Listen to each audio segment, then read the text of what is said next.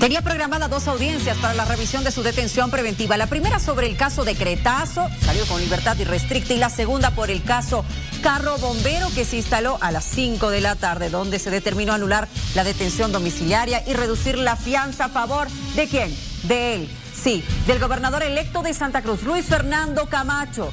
Se alista su retorno a su tierra, a Santa Cruz. Bienvenidos a Aquí en Vivo, hablamos del tema. Hola, ¿qué tal amigos? ¿Cómo están? Muy buenas noches, bienvenidos a Aquí en Vivo. Hoy la noticia, el gobernador electo de Santa Cruz, Luis Fernando Camacho. Exactamente, porque en 2 casos que hoy se ha visto su audiencia, uno era el de Cretazo y el otro Carro Bombero, tiene libertad irrestricta. Estarían esperándolo en Santa Cruz, pero no ha llegado a la cárcel la notificación judicial. Seguramente va a demorar por el procedimiento que debe realizarse, recordando, Miriam, que la última audiencia se instaló a las 5 de la tarde con 20 minutos aproximadamente. Sí. De seguro tendría que llegar en las próximas horas. A ver, habría que esperar. Le han bajado también el monto de la fianza. Exacto. Tufi, ¿cómo estás? Sí, buenas noches. ¿Cómo está Luciana, Miriam? Lo que ha adelantado el abogado de Luis Fernando Camacho es que ya está encaminado el retorno a Santa Cruz, inclusive ha mencionado la hora 18 horas de mañana viernes. Se está barajando, de acuerdo a lo que explicaba el vicepresidente de Creemos, Efraín Suárez, se está barajando si viene un vuelo comercial o un vuelo charter, es decir, en una aerolínea comercial o por el contrario en un vuelo charter. Mientras tanto, la vigilia en Santa Cruz continúa de los seguidores en la Plaza 24 de septiembre. Pero, ¿qué dices acerca de este aviso que han dado de que no ha llegado todavía la notificación judicial a la cárcel? Está un poco medio confuso porque lo decía el ministro de Gobierno un poco más temprano y luego he visto alguna nota en sentido que el régimen penitenciario ya habría recibido la notificación. Habrá que tener una versión más actualizada porque el ministro de Gobierno evidentemente en una rueda de prensa anunció que todavía no habían sido notificados, pero luego he visto una versión de prensa en sentido que ya el régimen penitenciario habría recibido. Lo ponemos en condicional, pero habrá que esperar una voz oficial. Bueno. Queda una pregunta en el aire que tiene que ver con Yanine Áñez. ¿Le darán libertad? Hay un proceso, ¿no? Ella ya tiene una sentencia. De 10 años, sí, correcto. Una sentencia de 10 años, por la que estaría ya más de 4 años. Evidentemente su defensa ha presentado argumentos para que esta sentencia pueda ingresar a la etapa de revisión, ¿verdad? Pero por los para otros reducirle procesos, la pena, ¿no? Exacto. ¿Qué sucedería? Aún pregunta en el aire. Exactamente, no sabemos. Hoy Bolivia habla de... Sí, señores, revisamos los temas que son llamativos para Bolivia. Hoy Bolivia habla de que publican resultados finales del censo. Baja la natalidad, se acelera el envejecimiento y las mujeres ocupamos cargos importantes. Correcto. Educación. Seguimos siendo un poco más. Un poquito más, 337. Sí. Exacto, 337 mujeres más. Hoy Bolivia habla de...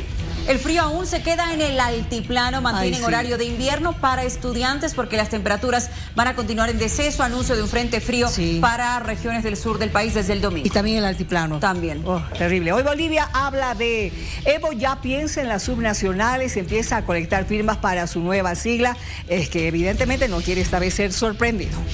Hoy Bolivia habla de...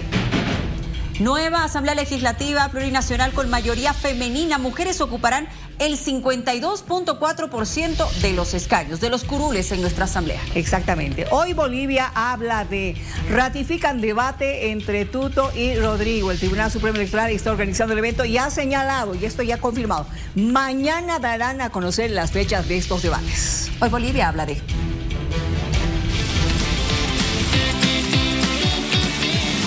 Hoy Bolivia habla de... Yo sé que usted espera los jueves porque hablamos de temas paranormales. Y esta vez la consulta es la siguiente. ¿Cree en la existencia de entidades paranormales? Tal vez en su casa usted ha sentido algo diferente, algo raro. Se le pone la piel chinita.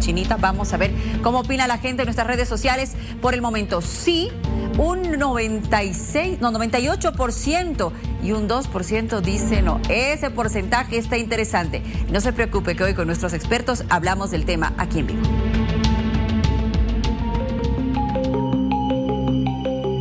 La libertad pura y simple de Marco Kumari se nos ha notificado con la última audiencia de cesación de la detención preventiva en el proceso de Potosí para el día viernes a las 10 de la mañana. Entonces, en base a los mismos fundamentos que hemos expuesto en esta audiencia, esperamos un resultado positivo para esta audiencia del día viernes. Muchas gracias La Paz, muchas gracias Bolivia y Potosí. Siete los procesos que enfrenta el gobernador. Los únicos dos con detención preventiva son los que radican en la ciudad de La Paz, el caso Golpe 1 y el caso del paro a los 36 días. Además de eso, en Santa Cruz tiene dos procesos en los que ya se encuentra en libertad. Líbrese el mandamiento de libertad de manera inmediata. No es necesario el cumplimiento del pago de la fianza en este momento, evidentemente, pero ello no implica que no se libre de manera inmediata de la excesiva detención preventiva del ciudadano Luis Fernando Camacho Paca.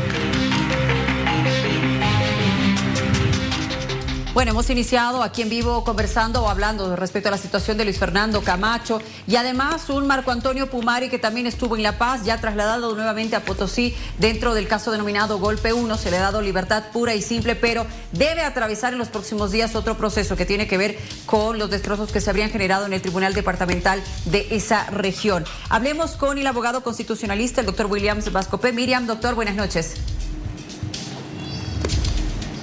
Luciana, ¿cómo están? Buenas noches, un gusto. A Miriam, a todos de Bolivisión, a Tufi, a toda la gente que nos ve y nos escucha, un gusto estar con ustedes. Doctor, ¿no le sorprende la celeridad de estos últimos días en los procesos, al menos en contra de Luis Fernando Camacho, las determinaciones, claro, y por otro lado de Marco Antonio Pumari? Luciana, es vergonzoso pues ese actuar inmediato ahora, ¿no? Se acordaron que hay que respetar el debido proceso, el principio de celeridad, publicidad, transparencia, honestidad. Todos esos principios están en la Constitución, Luciana, y en el Código de Procedimiento Penal. Ese debería ser el actuar principal y cotidiano de todo operador de justicia. Pero durante estos 20 años han tenido amnesia todo ese poder judicial, ¿no? Hasta que el presidente del Tribunal Supremo de Justicia ha tenido que sacar un recordatorio, que eso es en realidad un circular que sacaron, y les has recordado que no es necesario pues que estén esperando que los abogados estén pidiendo la petición de que puedan quedar en cesación, las cesaciones que pudieran tener, ¿no? O el tema de que avancen las investigaciones. Ahora se han acordado los jueces de que había que revisar todo esto y qué maravilla, habían cumplido, habían desvirtuado riesgos procesales y merecían salir en libertad hace tiempo, ¿no? Miriam, es pues vergonzoso, Luciana, esto. Esto muestra lo inclinado que está el poder judicial al poder político. Ahora, y es porque han llegado las nuevas elecciones y va a haber un nuevo gobierno. Es por eso nomás está cambiando. El 80% de esos operadores de justicia, Miriam, Luciana, tendrían que irse con el próximo gobierno. Hay que sacar a todos esos jueces, fiscales y vocales que son serviles al masismo y que han echado por el masismo. Lo tengo que decir de manera abierta. Ahora, por un lado está Luis Fernando Camacho y Marco Antonio Pumari, y por el otro lado la señora Áñez. La señora Áñez es la única que tiene sentencia. ¿Qué podría pasar con ella? Bueno, de la exmandataria Yanine Áñez le han sentenciado en un juicio ordinario, Miriam. Es decir, es un tribunal incompetente. Y por más que digan que eso era antes de que asuma la presidencia, eso es una fantochada, porque puedo decir de esta forma, es una aberración lo que se han inventado por lo siguiente, Miriam. A ver, cuando el masismo deja abierto un espacio de poder, recuerdan, dejó un vacío de poder. En esos días nadie se imaginaba quién iba a ser la sucesión presidencial porque la presidenta del Senado había renunciado, no quería asumir la presidencia, García Linera creo que le había dicho que no asuma. Querían dejar un vacío de poder, ¿recuerdas, Miriam, Luciana? Y no había quien asuma. En la línea de sucesión estaba pues Yanine Áñez, que eso no se imaginaban estos del gobierno, especialmente el nefasto de Linera y Quintana, que eran los que estaban maquinando, ¿no? Evo Morales, el cobarde, estaba ya por escapar a México. Cuando ya hay la sucesión, ¿no?, que ellos no la esperaban, los 2/3 del MAS, los 2/3 del masismo, Después la reconocen a Yanine Áñez con una ley que alarga su mandato porque vino el COVID. Esa ley fue al Tribunal Constitucional y el Tribunal Constitucional dio por visto bueno el alargamiento de mandato para llegar a elecciones por el tema del COVID y dio la condición de presidenta constitucional interina a Yanine. Entonces merecía pues un juicio de responsabilidades a una exmandataria reconocida por sus 2/3 del masismo y su Tribunal Constitucional de los masistas. Pero echa el gobierno de Arce Catacora y le han metido nomás. Y recuerda usted que el ministro Lima manifestó públicamente, y eso hay que hacer recuerdo, de quien presionó para que se vaya a un juicio ordinario a una exmandataria era el Evo Morales, el mismo Evo Morales, un exministro de Justicia indicando aquello. Entonces, las consecuencias de esto se van a venir para el Estado boliviano, Miriam, Luciana. Si la presidenta ve por conveniente, nos puede demandar internacionalmente a la OEA, a la Comisión Interamericana de Derechos Humanos, y la Comisión Interamericana va a verificar que ninguna institución del Estado se ha dado cuenta y de que ella merecía juicio de responsabilidades, y ocurre de que había estado detenida por un tribunal incompetente 4 años y no sé cuántos meses más, y nos va a mandar a la Corte Interamericana, y la Corte Interamericana nos va a sancionar millonariamente, 5, 7, 8, 10 millones de dólares. ¿Sí? Y ese dinero lo va a pagar usted, yo y el ciudadano que nos ve con nuestros impuestos. Claro, pero que después la Constitución dice aquel que dañe económicamente al Estado, el Estado tiene derecho a pedir repetición a ese funcionario. Entonces, ¿quiénes van a devolver ese dinero si nos sancionan? Son los fiscales, jueces y vocales que se han prestado a esta barbaridad y a este abuso de poder. Y con esto no quiero decir que lo de Sencata quede en la impunidad. No, lo de Sencata tiene que investigarse, por supuesto. Tiene que verse quién fue los que maquinaron toda esta situación. Pero ella merecía un juicio de responsabilidades, primero, con el fiscal general que pida autorización al Parlamento y el Parlamento autoriza y nos vayamos al Tribunal Supremo de Justicia a un juicio de responsabilidades. Y por ahí no hay 2/3. Se puede revertir esto, va a intentarse otra vez con otra votación, y si no hay así 2/3, entonces eso queda eximida a la exmandataria. ¿Por qué se la manda al Parlamento?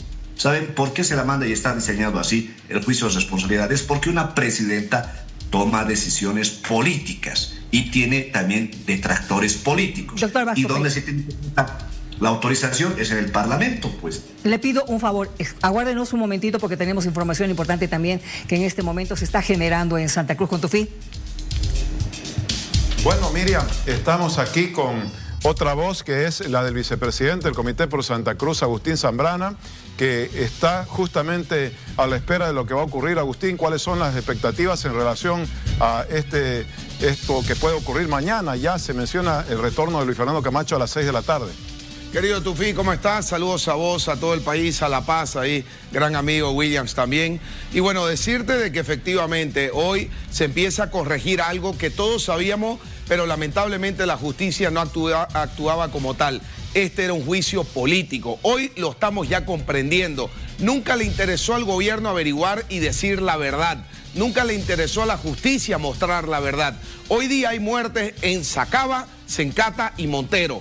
Y estas muertes deben tener resolución judicial y que el país entero sepa la verdad. En esta verdad que debe averiguarse pericialmente, técnicamente en este proceso y no políticamente para detener y secuestrar y apagar adversarios como lo hizo Luis Arce y toda la cúpula de los socialistas, es que se da una luz de esperanza, lamentablemente de esta forma cuando hay cambio de gobierno, para que se encaminen debidos procesos en el país. Ante esto, Luis Fernando Camacho hoy ya es una persona meramente libre, vamos a decir, con sus restricciones de medidas y que va a poder estar en territorio cruceño ejerciendo lo que es su vida personal, vida familiar, social, de trabajo y política. Y ante ello va a poder ejercer el cargo de gobernador de Santa Cruz. Decía William Vascopé en el análisis que lo que amerita a partir de ahora es que el 80% de jueces sean destituidos ante el accionar que tuvieron en los últimos años. ¿Qué piensa Agustín? Sí, efectivamente, el número evidentemente va a ser muy alto, 80, 90, 99 o 100. Lo que hay que hacer aquí es ver quienes han hecho retardaciones de justicia, quienes han cometido delitos contra la ley, y todos ellos deben ser retirados del órgano judicial.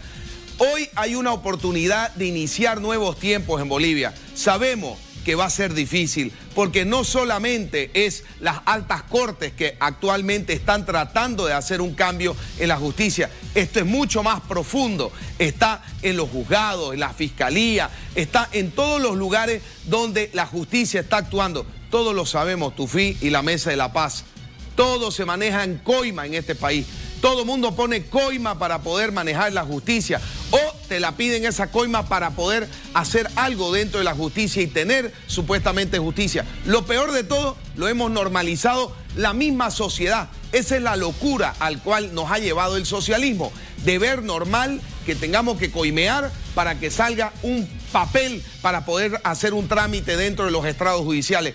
Hoy es un buen día, pero tiene un desafío muy grande el órgano judicial a la cabeza del doctor Romer Saucedo para iniciar un cambio 180 grados a lo que queremos toda la nación, que es independencia de poder real, que la justicia sea transparente, que sea honorable, idónea y sobre todo haga justicia de aquí en adelante. Ahora, Agustín, ¿cuál sería ese camino? Bueno, mencionabas a Romer Saucedo, que emitió un comunicado, pero bueno, el Consejo de la Magistratura, ¿quiénes deben encaminar ese cambio?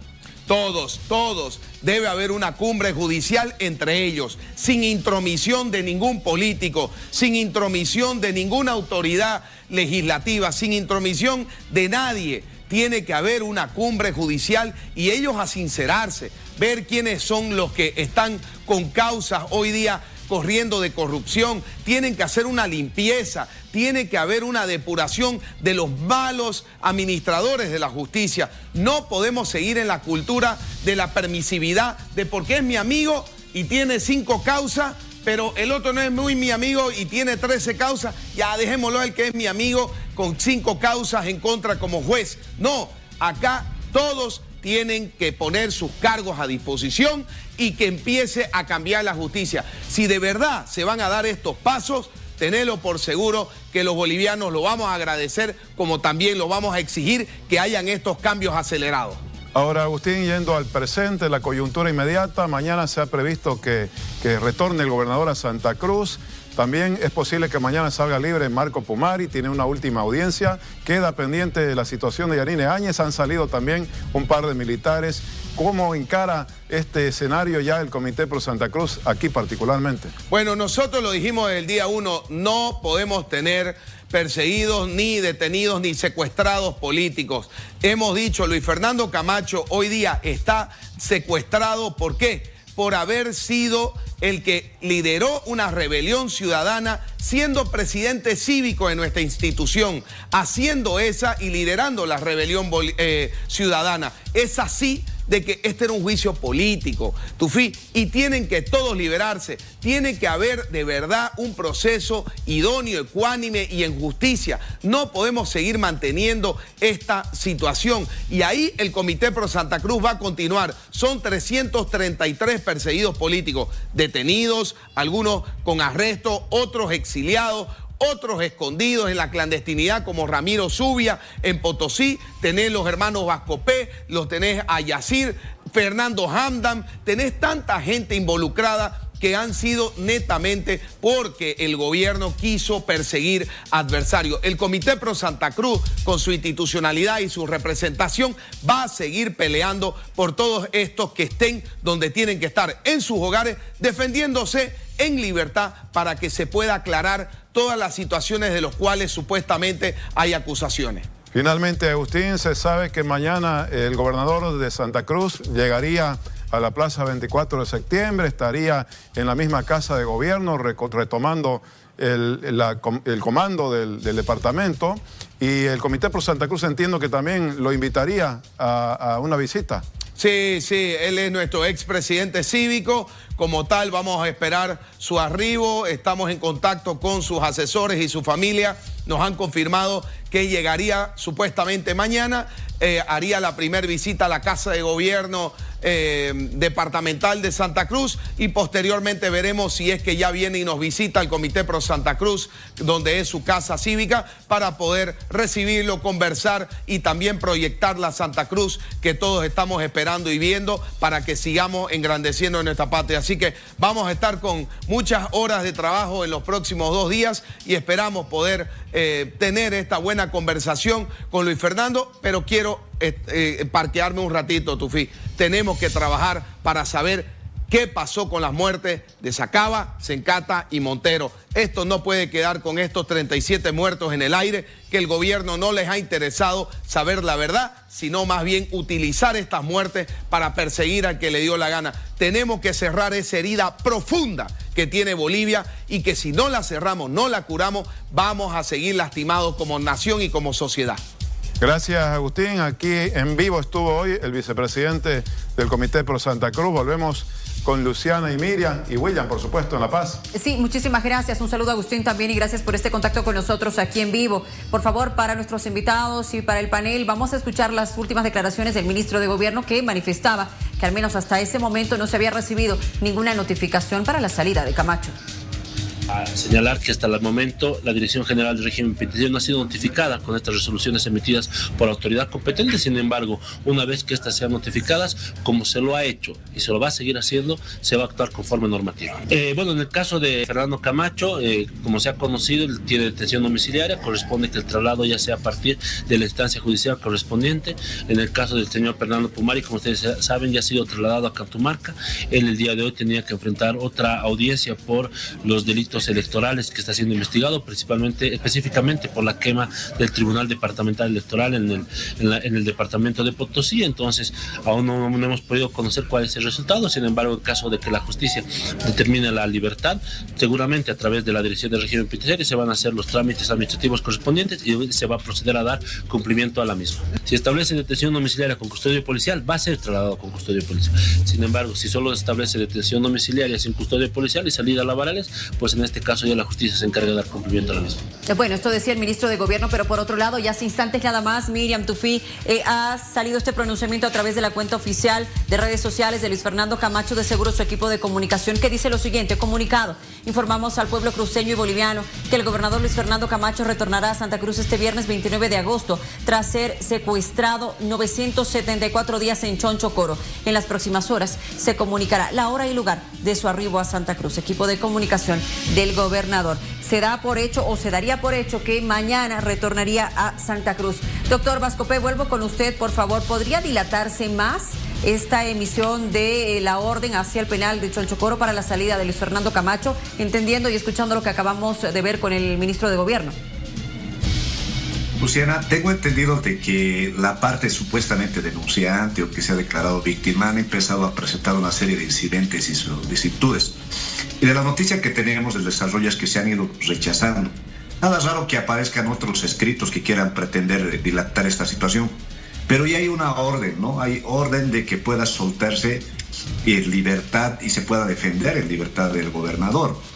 Ahora esto seguramente va a tener repercusiones más adelante bien complicadas y va en boomerang para el mismo masismo. Luciana, a ver, mañana el gobernador va a llegar supuestamente a Santa Cruz. Ya le han dado la orden de libertad. Hay trámites que todavía estaban haciendo hasta el día de hoy el abogado del doctor, del gobernador Camacho, el doctor Camacho del mismo apellido, y él mismo informaba que se presentó creo que más de 20 incidentes o excepciones como para querer entorpecer la libertad. Esto se ha rechazado. Ahora, mire, este tema del gobernador, de Pumari y de la ex mandataria, obviamente ha mostrado desnudamente lo servil que es este poder judicial. Y este mismo poder judicial, órgano judicial, ni siquiera es garantía para el masismo, que más adelante va a tener que rendir cuentas cuando se cambie de gobierno. ¿Por qué razón? Cuando estaba Evo Morales, todo este poder judicial se puso a servicio de Evo Morales. Entraron otros, salieron algunos, pero estuvieron. Salió Evo Morales y se pusieron al servicio de Yanine, el poco corto tiempo que estuvo.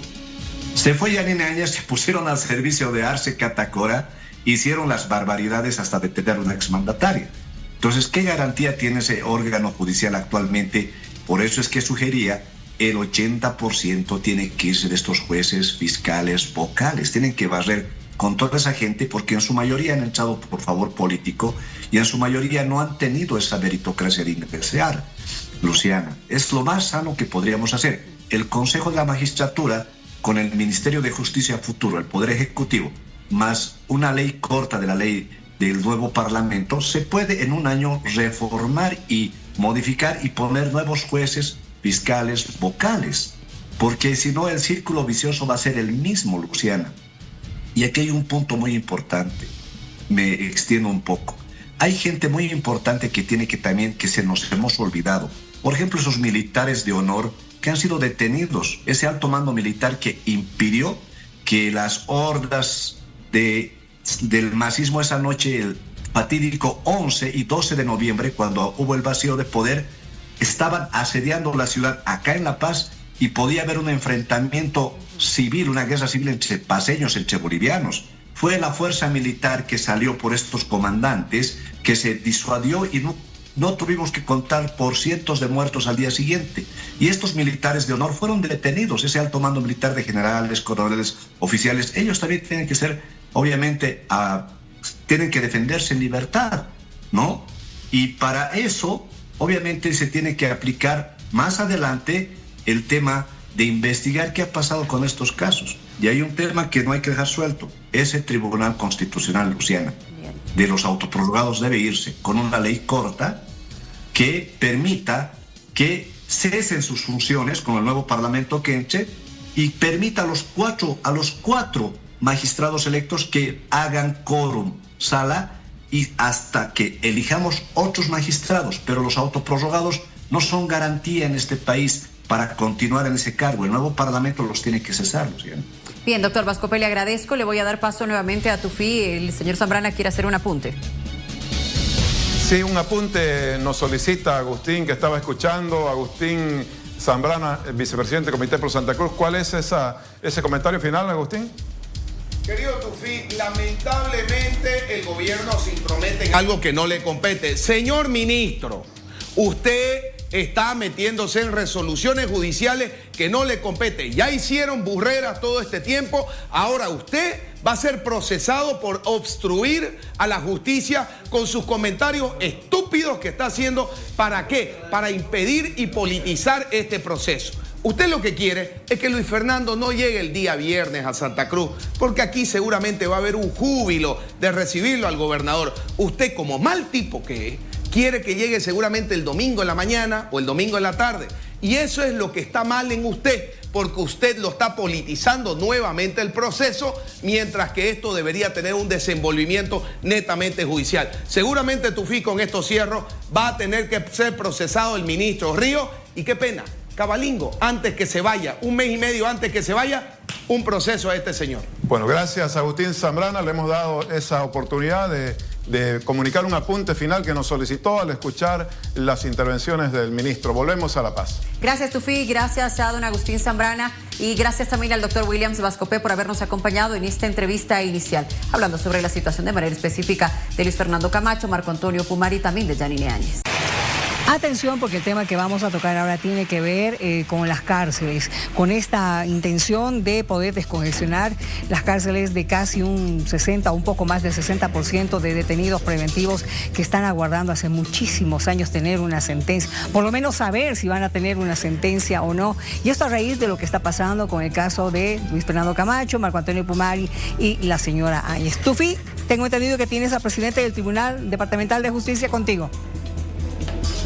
Exactamente, Miriam. Está con nosotros el doctor Aldo Quesada, presidente del Tribunal de Justicia de Santa Cruz, para hablar de este tema que surge resultado de la demanda de revisión de plazos procesales, de descongestionamiento de las cárceles. Doctor, buenas noches.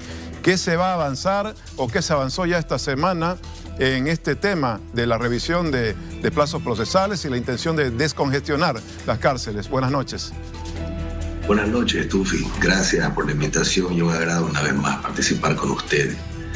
Bien, ya es de conocimiento público que por instructivo del presidente del Tribunal Supremo de Justicia, el doctor Romer Saucedo, se dispuso la verificación de plazos vencidos en la detención preventiva a nivel nacional.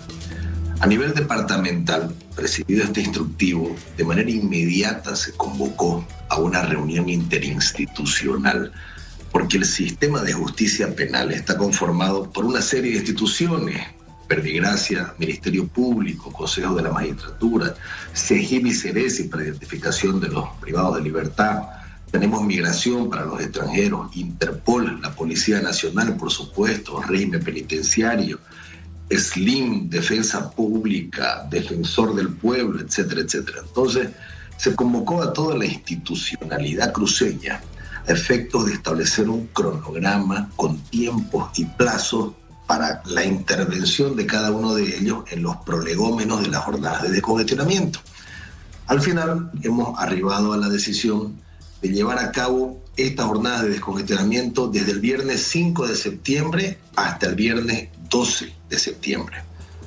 Durante este tiempo se llevarán 3 días de descongestionamiento en Palmasola, 2 días de descongestionamiento en el Centro de Rehabilitación Productiva Montero, CERPROM, y el último día restante de manera simultánea en todas las carceletas del departamento de Santa Cruz, logrando así, en proyección, aritméticamente hablando, un aproximado de un 60% de los privados de libertad que tienen los plazos vencidos que puedan beneficiarse con esta medida, Tufi.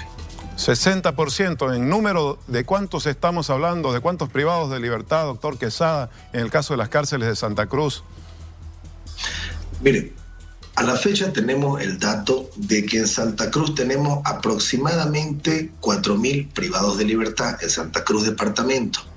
De estos 4.000 privados de libertad, los detenidos preventivamente ascienden alrededor de 33.000. Vamos a hablar aproximadamente un 72-75%. De esos privados de libertad con detención preventiva, los que tienen un plazo excedido, conforme los informes que seguimos recibiendo, porque las jornadas son recién para la próxima semana, aproximadamente en un promedio son no más del 45 a 50%. Entonces, tratando de traducirlo en números, el beneficio penitenciario aproximadamente le alcanza a 2.000 a 2.500 privados de libertad. Pero también, Tufi, es importante aclarar a la población, no todos los privados de libertad que tengan detención preventiva y sus plazos estén vencidos pueden beneficiarse de esta medida. Una ley especial, la 1443, establece expresamente casos de prohibición para la obtención de este beneficio, entre los que se encuentran, por ejemplo, los delitos de feminicidio, parricidio, infanticidio, violación niño, niña, adolescente, entre otros. En este tipo penal, en esos tipos penales específicamente, no admite la verificación del cumplimiento del plazo de la detención preventiva. Muy bien. Siga, por favor. Sí, por último, doctor Quesada, si el 5 de septiembre son estas jornadas, ¿en qué tiempo ya se pueden ejecutar estos beneficios para los internos o privados de libertad que ya se les cumplió el plazo procesal? Mire, es importante que se sepa de esta parte también. La facultad siempre existió. La facultad legal de verificar de oficio el cumplimiento del plazo de la detención preventiva siempre existió desde la ley 1173 en la norma adjetiva penal. Lo que faltaba era la iniciativa de poder adoptar una medida con coraje y valor. El día de hoy tenemos esta predisposición desde el Tribunal Supremo y desde el Tribunal Departamental. Y al margen de eso, como ustedes lo han visto, la verificación de plazos del cumplimiento de la detención preventiva, llevar a cabo la audiencia y cumplirse los presupuestos, inmediatamente se le dio el mandamiento de libertad. Tal ha sido el caso que hoy ha sido muy consabido de, por ejemplo, el Fernando Camacho, Marco Pumari en su momento. Entonces, esas mismas medidas son adaptadas para toda la población penitenciaria, en exacta igualdad de condiciones. No existe ningún tipo de fuero ni privilegio. Por esa razón es que si se cumplen los presupuestos formales y legales y los requisitos establecidos en la norma, que son sencillos, de oficio al juez al señalar esta audiencia, que reitero, la señala de oficio, pueden obtener su libertad de forma inmediata. Le agradecemos mucho por la información, doctor Quesada. Hasta una próxima oportunidad. A usted, Tufi, muy agradecido y reciba mi respeto. Buenas Gracias, noches. igualmente. El presidente del Tribunal de Justicia de Santa Cruz ha estado con nosotros aquí en vivo, Luciana, Miriam. Muy bien, muchísimas gracias, Tufi. Hablemos ahora sí del censo, porque hoy se ha conocido ya los datos después de un año, ¿no? Un año y un poco más de la realización del censo. Veamos estos datos, por favor, porque enseguida lo vamos a analizar con nuestro invitado. Población por grupos de edades, a ver, de 0 a 14 años, alcanzan los 3.063.844 habitantes. De 15 a 64 años, 7.460.214 habitantes. De 65 años o más, 841.275 personas. Vamos a ver la siguiente información, que también es parte de lo entregado por el INE. ¿Dónde vivimos? Las viviendas, área urbana, 2.898.140. Área rural, 1.582.061. Evidentemente una diferencia amplia entre lo urbano y lo rural. Casi del 100%, ¿no? Casi, casi. A ver, ¿dónde han migrado o han emigrado los bolivianos? Se fueron como 328.546 personas. A Chile principalmente con un 33,7%, a Argentina un 25,2%, a Brasil 19,2%, a España un 10,2%, a otros países el 6,6% y a Estados Unidos 5,1%. Vamos a ver lo siguiente, por favor, lo compartimos con ustedes. La población total, hombres, 5.682.498 hombres en el país. Mujeres, 5.682.835 mujeres en el territorio de nuestro país. Y somos, según los datos que ha emitido el INE, 11.365.333 personas. Y este dato ha sido, creo que el primero que nos ha sorprendido cuando lo hemos conocido, ¿no? Fabián y Axik nos está acompañando para que podamos analizar un poquito más esta información. No pensábamos que éramos 11 y un poco más. Buenas noches. Bienvenido. Miriam, Luciana, un gusto. Bueno, conocimos el dato final después de un año y medio de realizado prácticamente el censo y luego de un año de conocido datos preliminares que le llamaron el censo. Y ya, la primera sorpresa es que realmente fueron preliminares, porque quienes trabajamos con estas cifras esperamos casi con ansiedad que el INE empiece a producir, y hace un año lanzaron una cifra de 52.713 habitantes menos de los que ahora está informando. Se ha cambiado todo. Los 339 municipios se han modificado, cifras. Claro, no es un cambio brutal, pero a un año quienes estábamos trabajando con estas estadísticas ya no sirven, pues ahora hay que trabajar con estas cifras. Te pongo un ejemplo. La Paz fue uno de los pocos municipios, quizá el único, que creció negativamente. Perdió habitantes, eran 10.000 y pico, ahora son 9.000. Esa es más o menos la incidencia de estos 52.000 habitantes menos. Entonces se han ratificado algunos datos que ya salieron. Primer hecho histórico que es fundamental. Santa Cruz resulta el departamento más poblado, está concentrando casi el 28% del total de la población. Este es un dato histórico porque es la primera vez que ya el departamento de Santa Cruz resulta ser el más poblado, con 90 y tantos mil habitantes con respecto a La Paz. En La Paz tenemos que empezarnos a preocupar. Hay una tendencia decreciente, peor si el municipio más importante... Pero ¿será una tendencia decreciente o será el hecho de que mucha gente se ha ido justo para el día del censo?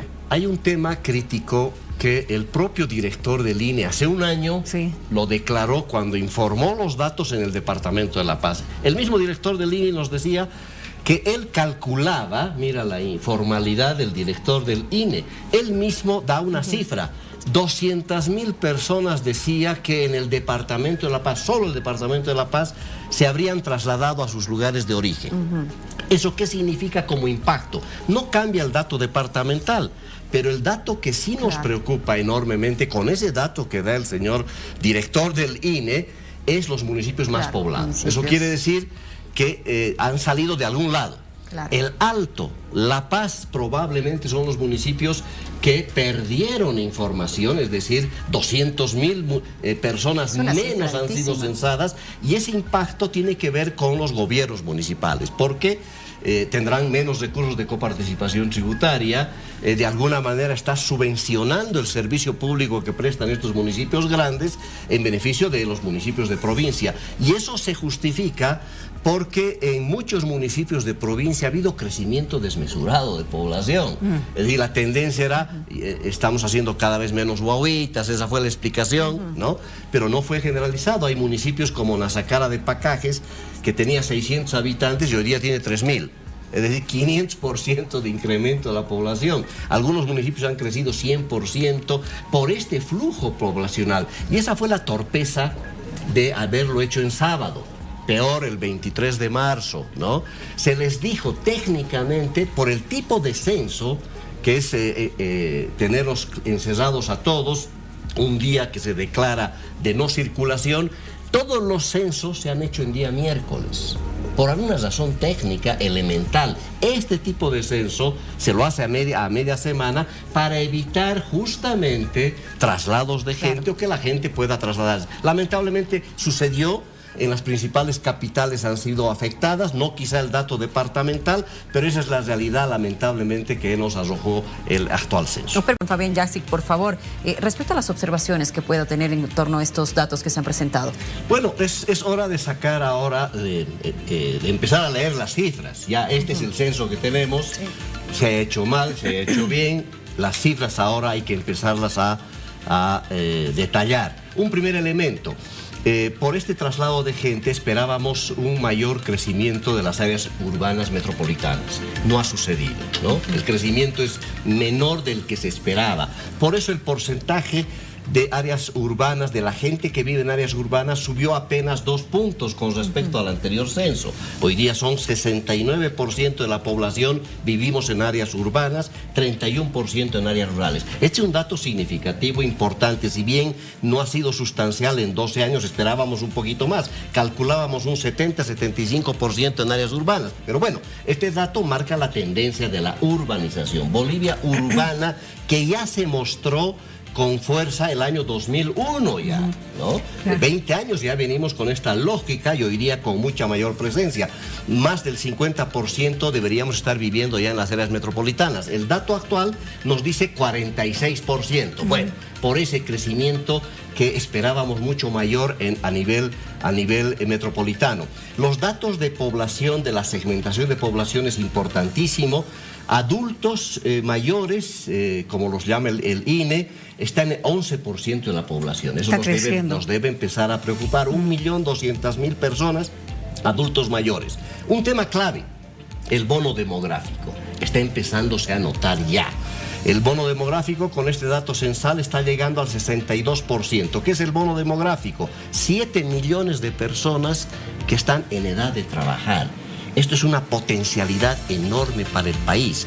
Hay un desafío al mismo tiempo. No solamente que hay que generar empleo, sino que hay posibilidades con semejante cantidad, 62% de la población lista para trabajar.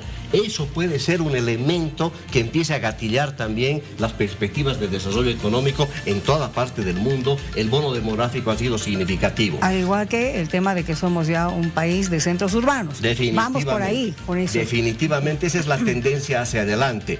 Hay otros datos interesantes, pero nos preocupan sobre todo la incidencia territorial, que hay que empezar a reflexionar, porque con estos datos tenemos que empezar a discutir seriamente la posibilidad de un nuevo orden territorial y un nuevo orden fiscal. ¿A qué me refiero cuando hablo de territorial? 200 municipios de los 339 tienen menos de 15.000 habitantes. Ahí se está empezando a despoblar. Cuando la norma te indica que para crear un municipio no deberían crearse con menos de 10.000 habitantes. Sin embargo, seguimos teniendo municipios con menos de 5.000 habitantes.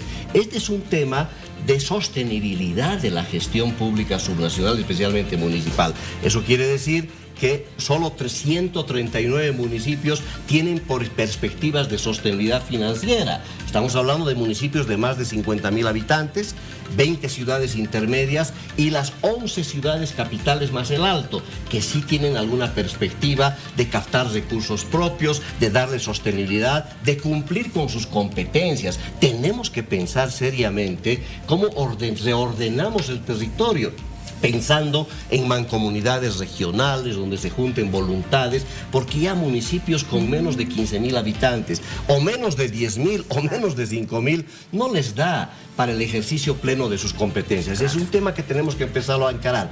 Y hacia adelante viene el pacto fiscal. Está en la ley marco de autonomías. No fue posible hacerlo con el anterior censo, no hubo voluntad política de nadie. En el momento de auge, de boom, hoy día estamos en crisis. Hay una situación muy complicada de gobernaciones, de gobiernos municipales, y hay que empezar a discutir nuevos acuerdos fiscales. La insostenibilidad de la inversión pública subnacional puede empezar a alterar servicios básicos, servicios diferenciados de un municipio a otro. Es otro tema fundamental que lo tenemos que encarar hacia adelante. Esto de las necesidades básicas comparto con los analistas internacionales, pero claro, los organismos internacionales no son muy sensibles en este tema. De acuerdo al actual censo, solo 3 de 10 habitantes tienen sus necesidades básicas satisfechas. Solo 3 bolivianos de 10 han resuelto los problemas básicos. 40% está en el umbral de la pobreza, 30% en condición de pobreza entre moderada y extrema. Es decir, con semejante cantidad de auge que hemos tenido este último tiempo, las condiciones de pobreza son espantosas, especialmente a nivel rural. No se han hecho avances sustanciales, se notan los servicios básicos también, problemas que seguimos arrastrando, especialmente en el área rural. Hay rezagos importantes que se mantienen lamentablemente en el país, que es momento de empezarlos a corregir ya para los próximos 10 años. Es muy interesante lo que nos dice Fabián, y de seguro este es el detalle, y esto es lo que hay que hacer, poder desmenuzar los datos que nos ha emitido ya el Censo de Población y Vivienda. Así es. Exacto, gracias por haber venido, Fabián. Un gusto. Gracias. La verdad, hay que seguir revisando estos datos, porque así sí, como claro, Fabián ha encontrado cositas que son tan importantes y que nos está revelando una realidad que no es muy agradable, ni buena, ni satisfactoria para tantas comunidades, pues hay que seguir revisando esta información. Muchas gracias, Fabián. Gracias a ustedes. Vámonos una pausa, por favor. Seguimos en breve con Aquí en Vivo.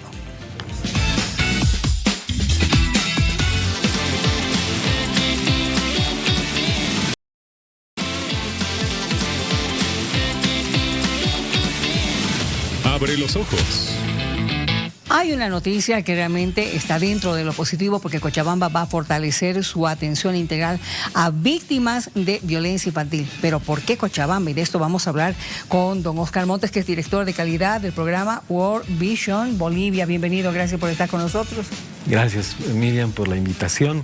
Un gusto poder conversar sobre temas de protección infantil. Eso, respondamos primero, ¿por qué Cochabamba para este tipo de mejoramiento? Sí, a nivel nacional nosotros hemos hecho un relevamiento de información y hemos encontrado que Cochabamba es una de las regiones con mayor incidencia de casos de violencia infantil. Muy bien. Cámaras Gesell se van a instalar en Cochabamba, lo veníamos conversando, extracámaras, que se van a implementar ¿para qué? Quiero que nos cuente.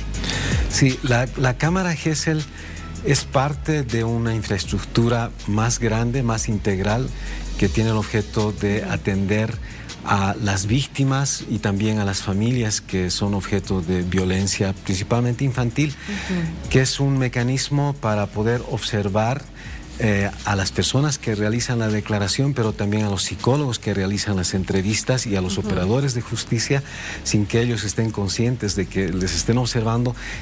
Hay cámaras, hay micrófonos, etcétera, de tal manera que esas declaraciones se llevan a cabo en un mismo lugar para que las personas que han sido objeto de violencia no sean revictimizadas.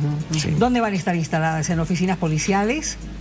En un centro que depende del órgano judicial. Tenemos un convenio con el Tribunal Departamental de Justicia y precisamente juntamente con ellos hemos construido esta infraestructura que no solo es la cámara GESEL como tal, sino que es un espacio también de contención emocional, de atención forense, gabinete psicológico. Y la innovación en este Centro Integral de Atención a Víctimas de Violencia es que se ha generado un espacio denominado espacio amigable de atención familiar, que lo hemos denominado el Centro de Alegría, que es una especie de oasis para las familias que están sufriendo tanto dolor ante estos casos de violencia, donde psicólogos especializados realizan la contención emocional, alentando a las víctimas, pero también a las familias que están involucradas en Entiendo que esta atención especializada va a tener un enfoque central, el derecho. Asimismo. Entonces, World Vision tiene un enfoque fuerte en los derechos humanos, pero particularmente en los derechos de la niñez. Entonces, en ese sentido, precautelamos para que esos derechos no se vulneren en los procesos de declaración, de testimonios que dan las víctimas y también las familias. A ver, algo que quiero que me aclare un poco. ¿Quiénes van a estar frente a una cámara GESEL? ¿La víctima? Sí. ¿Es la víctima? La víctima, pero también los psicólogos que los entrevistan, claro, y también los operadores de justicia que están observando el testimonio que están llevando. ¿Y no es contraproducente que esté un menor de edad, por así decirlo, o una víctima de abuso? No, porque esta infraestructura está diseñada con unos vidrios unidireccionales y ellos no ven las personas que están participando de la entrevista. ¿Ya están en funcionamiento? ¿A partir de cuándo? Mañana precisamente es la entrega de esta infraestructura. Y esta en realidad es ya la 6ª cámara GESEL que estamos entregando en Bolivia.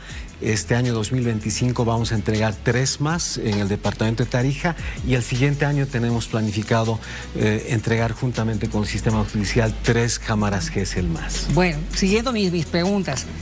¿Un abusador o un violento también va a estar frente a una cámara GESEL?